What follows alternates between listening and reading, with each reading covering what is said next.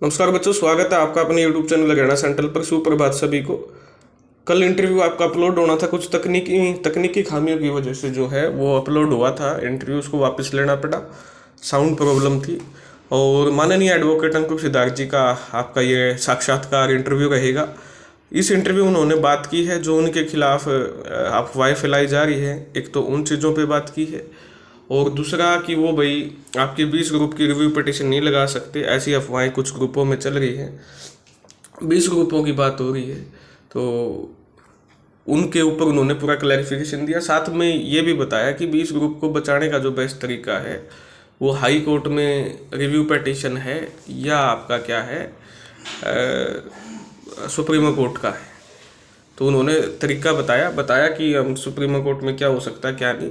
सारी बातों पे विभिन्न उन्होंने अपनी चर्चाएं की है। तो आप इस इंटरव्यू को पूरा इत्मीनान से ध्यान से सुनिएगा, तो आपको सारी चीज़ें समझ में आएंगी। ठीक है, एडवोकेट की बात, बच्चों की बात, और जो बीच का हमने मध्यस्थता की है वो आपके हरियाणा सेंट्रल ने की है। और उससे पहले कुछ बातें आपको पता होनी बहुत बेहद ज़रूरी है। 4 अगस्त को भी ये जो आपका ऑर्डर था वो माननीय एडवोकेट साहब आपके हरियाणा के समक्ष जिता के लेके आए थे। फिर 19 दिसंबर को जो परमिशन थी वो 20 ग्रुप की, वो भी आपके माननीय एडवोकेट साहब के नेतृत्व में हुआ। और 31 को एलपीए का जो केस जीत के आए हैं वो आपके माननीय एडवोकेट साहब ने जीता है। तो पूरे हरियाणा का युवा जानता है, और 20 ग्रुप को जो बचाने का सामर्थ्य है वो भी आपके एडवोकेट साहब में, उनको सब चीज़ों का पता है। तो 20 ग्रुप का कोई भी साथी आपका जो नतीजा है, नतीजे पे पहुंचने से पहले एडवोकेट साहब से एक बार बात जरूर करें, मीटिंग करें या बात करें। और सीटी क्वालिफाई ग्रुप जो है हमेशा आपके साथ है हर आपकी मुश्किल घड़ी में।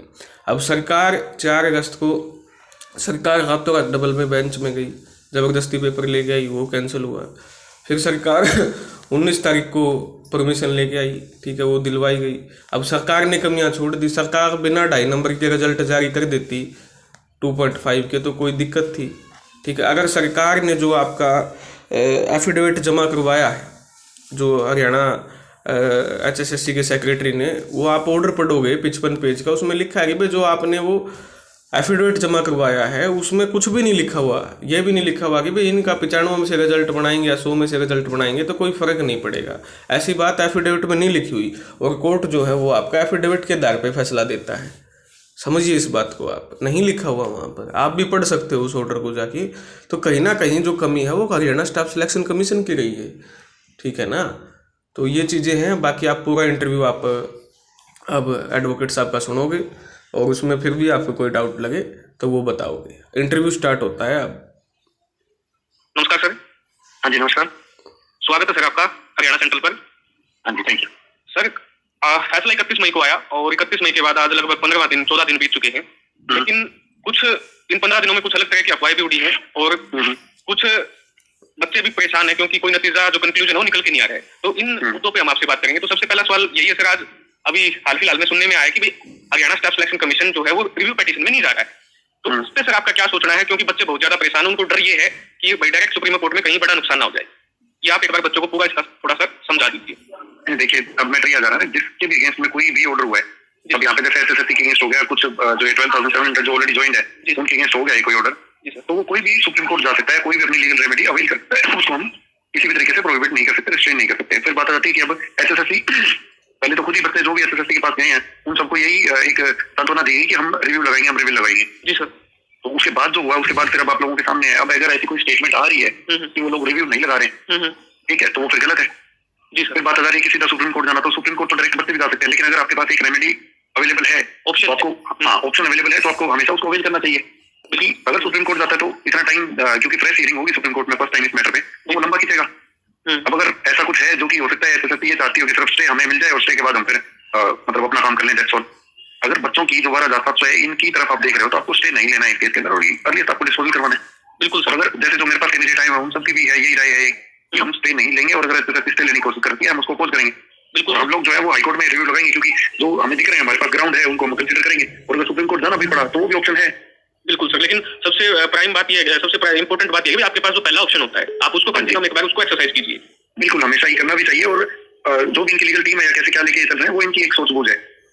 सर, इसमें जैसे आपके पास काफी बच्चे आए हैं अभी जो ऑलरेडी ज्वाइन है, लेकिन इसमें अफवाह चल रही है आपके खिलाफ, ऐसा लग रहा है कि आपको मतलब थोड़ा सा डिफेम करने की कोशिश की जा रही है कि भाई अंकुर सिद्धार्थ जी तो अपोजिट पार्टी के एडवोकेट है, बल्कि पूरे हरियाणा का बच्चा बच्चा जानता है कि जो सीटी का जो केस है 4 अगस्त को वो आपने जितवाने का काम किया। 19 दिसंबर को जो परमिशन है 20 ग्रुप की, 21 ग्रुप की जो बातें चल रही है वो परमिशन दिलवाने का काम आपने किया, बच्चों का भला आपने किया। और तीसरा 31 मई को जो एलपी का फैसला है, यूनानिमस फैसला आपने बच्चों के हक में लाने का काम किया, लेकिन फिर भी कुछ अफवाहें आपके नाम से फैलाई जा रही है। इस पर सर आप क्या कहना चाहोगे या बच्चों को क्या मैसेज देना चाहोगे? बिल्कुल, अब देखो ये जो माहौल बनाया जा रहा है जानबूझ के बनाया जा रहा है, क्योंकि देखो एक तरफ तो एडवोकेट अंकुर सिद्धर होना ही होना है जी सर, या एक पार्टी का या दूसरी पार्टी का। अब उनको दिख रहा है जो ऑलरेडी पार्टी जिसके फेवर में ये ऑर्डर जो सोच रही है कि दोबारा ग्रुप का एग्जाम होगा तो कुछ कैंडिडेट्स उनको बेनिफिट मिल रहा है। बिल्कुल, तो उन कैंडिडेट्स ने अपने को अप्रोच किया था कि सर आप हमारी तरफ से हो जाओ और आप रिव्यू ना डालो। तो आपने बता दिया उनको कि ये चीजें हैं कि मैं ऑलरेडी रिव्यू के केस ले भी चुका हूँ और जो आप लोग हो आपके फेवर में तो ऑलरेडी फैसला आ चुका है। जी सर, ठीक है, लेकिन फिर भी उन लोगों का कहना था कि हमारी तरफ हो जाओ, तो उनको मना कर दिया क्योंकि मैं उनके केस ऑपोजिट में ले चुका हूँ रिव्यू का। सेम वे में अगर पुराना पीछे की बात करें तो 2 कैंडिडेट ऑलरेडी थे हमारे केस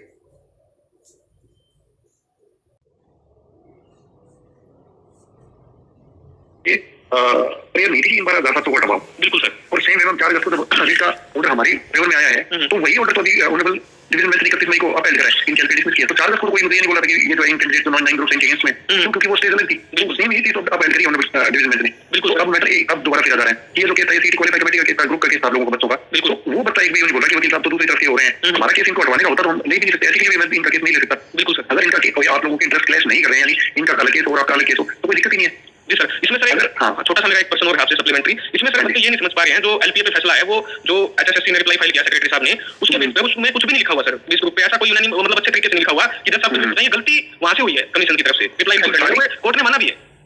बिल्कुल है, ये खुद मान रहे हैं एसएससी के जो एक्स चेयरमैन है उनकी स्टेटमेंट भी आई हुई है कि क्या क्या गलती रही है। तो अगर कोई गलती हुई है तो रिव्यू बेस्ट ऑप्शन होता है। बिल्कुल सर, अगर ऑब्वियसली देखो अपील है उनके ग्राउंड अलग होता है, रिव्यू के ग्राउंड अलग है, ये बेस्ट ऑप्शन। अगर आप गलती मान रहे हो कोई चीज आपसे रही है तो आप इतने लोगों के जो जॉब है वो लोग आगे भी बढ़ चुके हैं उनकी लाइफ, कई लोगों की शादी हो चुकी है, कई लोगों ने लोन ले चुका, कई लोग अपने कोई ओल्ड जॉब है उनकी जो प्रायर कहीं पे वो पोस्टेड थे कहीं ज्वाइन उन्होंने कर रखी थी तो वो सारी छोड़ के वो आए रिजाइन करके। बिल्कुल, वो सारा उनको आप कैसे वो करोगे ना, आप ऐसा कुछ कर रहे हो कि आप उनको वहां पे रिजाइन करवा दो ओल्ड पोस्ट पे, तो आप कैसे इन चीजों को कंपनसेट करोगे, कैसे टैकल करोगे? तो वो करना चाहिए खुद एसएससी को स्टेप लेनी चाहिए उसकी रिगार्डिंग में। बिल्कुल सर, ये देखते हैं क्या करते हैं। 20 ग्रुप को सर आपने जैसे परमिशन दिलवाई 19 को पेपर उनमें उम्मीद होती कि आपका पेपर होगा, कोई प्रॉब्लम नहीं है, उसी टाइम आपने ये कहा था कि इनमें कोई प्रॉब्लम नहीं, आपने सोच समझ के ये डिसीजन लिया था।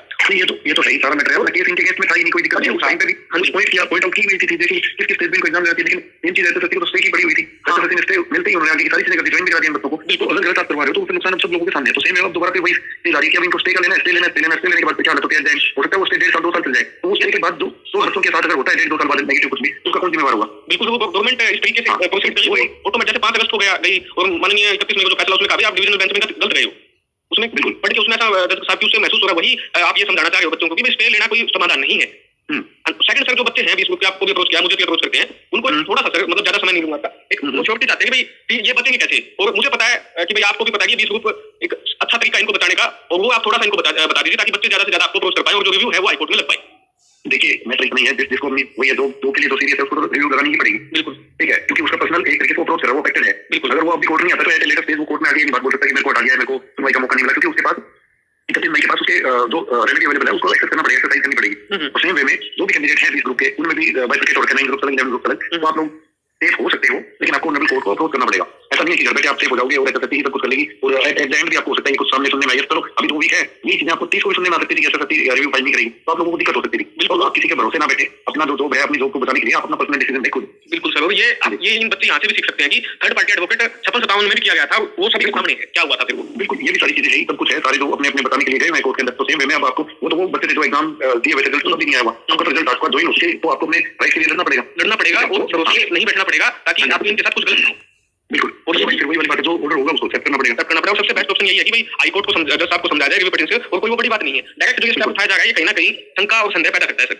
बिल्कुल, लेकिन हम कुछ भी नहीं कर सकते ना, मैं आपको बोल रहा हूँ ये तो एसएससी जारी है, कोई इंडिविजुअल कैंडिडेट चला जाए तो हम रोक नहीं सकते, इतना ही है कि हाँ बिल्कुल कौन सा डिसीजन लिया जाए तो सबके फेवर का, सबके फेवर का जो डिसीजन है जो लिया जाए वो मैं बच्चों को भी कहना चाहता हूँ इंटरव्यू के बीच में जो सुनेंगे सर ने ये पूरा आपको समझाया है और आप इसको ध्यान से बैठ के समझेंगे तो ये बच्चों आपको पता चलेगा कि जो एक बात बताई है उसमें सारी सच्चाई है, उसमें जो आपको गुमराह कर रहे हैं उनसे आपको बचना होगा। और सर लास्ट में यही है कि अब ये जो मामला है सर, अगर इसमें बच्चे इकट्ठे होकर क्यूमुलेटिव डिसीजन लेते हैं तो उसमें सर आपसे कांटेक्ट करते हैं तो आपका एक बार आप अपने उससे वो जो है कांटेक्ट नंबर को बता दीजिए सर बच्चों को। कॉन्टैक्ट नंबर हम डाल देंगे, आप वीडियो के अंदर डाल सकते हो, जो भी आपका डिस्क्रिप्शन वगैरह है। बाकी मैटर इतना ही है कि घबराने डरने का कुछ भी नहीं है, आपको अपना जो भी राइट एक्सेस करना है कोर्ट के आप सामने जाकर अपनी बात कर सकते हो। अगर नहीं करते तो फिर इस तरीके से आपने एडमिट कर लिया है, वो गलती आप ना करें। हाँ, वो गलती आप ना करें कि आप चुपचाप बैठे नहीं, उसके बाद आपको पता लगे। बट हाँ, अदरवाइज आप पढ़ाई करते हैं अपनी, अगर सुप्रीम कोर्ट से अगर अपने को फेवर में आपने केस को साथ दिया जाता है तो फिर अपने एग्जाम ही होंगे, बिल्कुल, जो कि हमने डिवीजन बेंच ने ऑर्डर कर रखे हैं। बिल्कुल ये फिर रेडी रहे। बच्चे इस थोड़ा सा इस बात में भी कंफ्यूजन होते हैं, इनको ये भी नहीं समझ पा रहे सिंगल बेंच डबल बेंच ने जो फैसला दिया है वो सच्चाई के पक्ष में दिया, तो ऑनरेबल सुप्रीम कोर्ट भी जो अलाइन होगा वो बच्चों को सोचना चाहिए थोड़ा और इकट्ठा होकर।